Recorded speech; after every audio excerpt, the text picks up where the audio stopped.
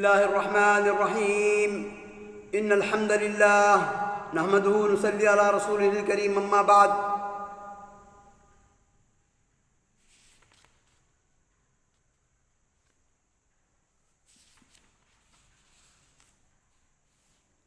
وعن نافع عن ابن عمر رضي الله تعالى عنهما قال نهى رسول الله صلى الله عليه وسلم عن الشغار والشغار أن يزوج الرجل ابنته على أن يزوجه الآخر ابنته وليس بينهما صداق حدیث متفق علیہ۔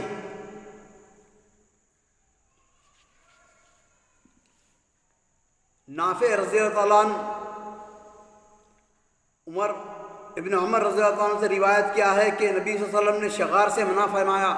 ایک نکاح کا نام ہے، اس کا نام ہے نکاح شغار، اس سے نبی صلی اللہ علیہ وسلم منع فرمائے ہیں۔ اور شغار کی تعریف یہ ہے کہ ایک آدمی اپنی بیٹی دوسرے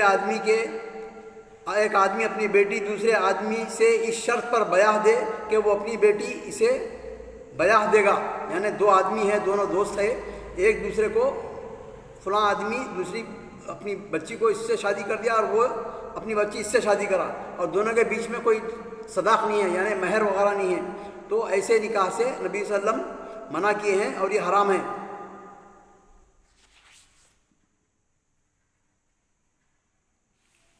الشغار شین کے نیچے زیر، اصل میں تو اس سے رفع ہے۔ کہا جاتا ہے کہ شغر الکلب، جب کتا پیشاب کرنے کے لیے اپنا پاؤں اوپر اٹھاتا ہے، اور اس مقام پر اس کا معنی یعنی وہ تشبیہ جو ہے یہاں پر اس لیے دی گئی ہے، اس کا معنی ایک عورت کا بدلے میں نکاح، جبکہ دونوں میں مہر مقرر نہ کیا جائے، جیسا کہ حدیث میں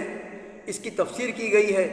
یہ دور جاہلیت کے نکاحوں میں سے ایک نکاح تھا جسے شارع نے ممنوع قرار دیا ہے۔ 3 ائمہ کرام، 3 محدثین اور فقہا، امام مالک، امام شافعی، امام احمد اس کے باطل ہونے کے قائل ہیں، اور ایک گروہ نے کہا ہے کہ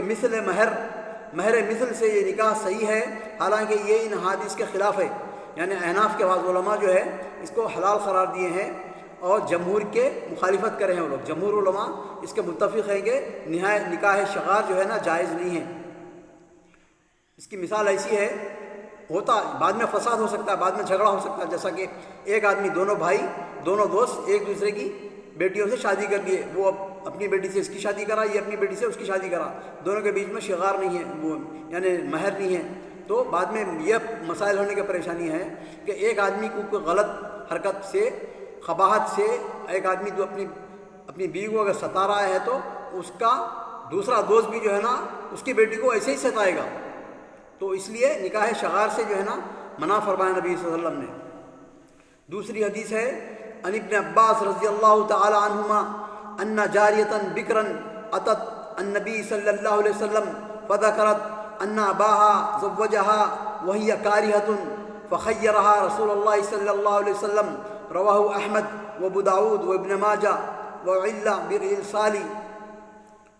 حضرت ابن عباس رضی اللہ عنہ سے روایت ہے کہ ایک کنواری لڑکی نبی صلی اللہ علیہ وسلم کی خدمت میں حاضر ہوئی اور اس نے بتایا کہ اس کے والد نے اس کا نکاح کر دیا ہے، جبکہ اسے ناپسند ہے وہ نکاح۔ یہ سن کر نبی صلی اللہ علیہ وسلم نے لڑکی کو اختیار دے دیا کہ چاہے تم اس کے ساتھ رہو یا چاہے نکاح کو فسخ کر دو۔ نبی صلی اللہ علیہ وسلم ان کو اختیار دیا ہے اس لڑکی کو۔ اس حدیث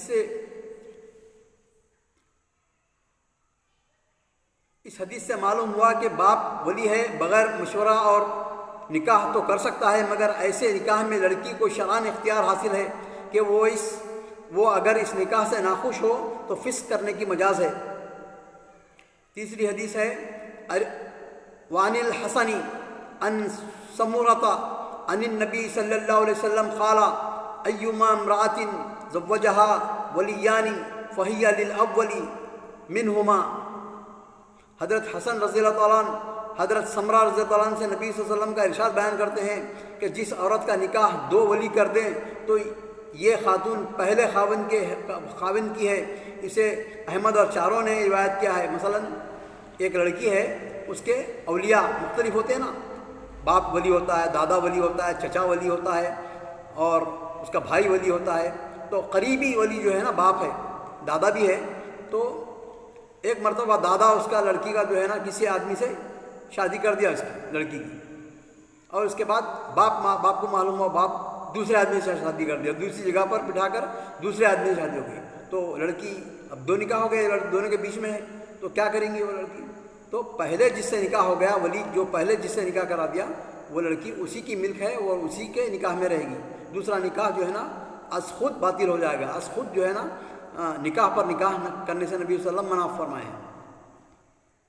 اس حدیث سے معلوم ہوا کہ خاتون کے دو ولی جب دونوں مختلف آدمیوں میں سے مختلف اوقات میں نکاح کر دیں تو عورت اس آدمی کی بیوی قرار پائے گی جس سے پہلے نکاح کیا گیا ہو،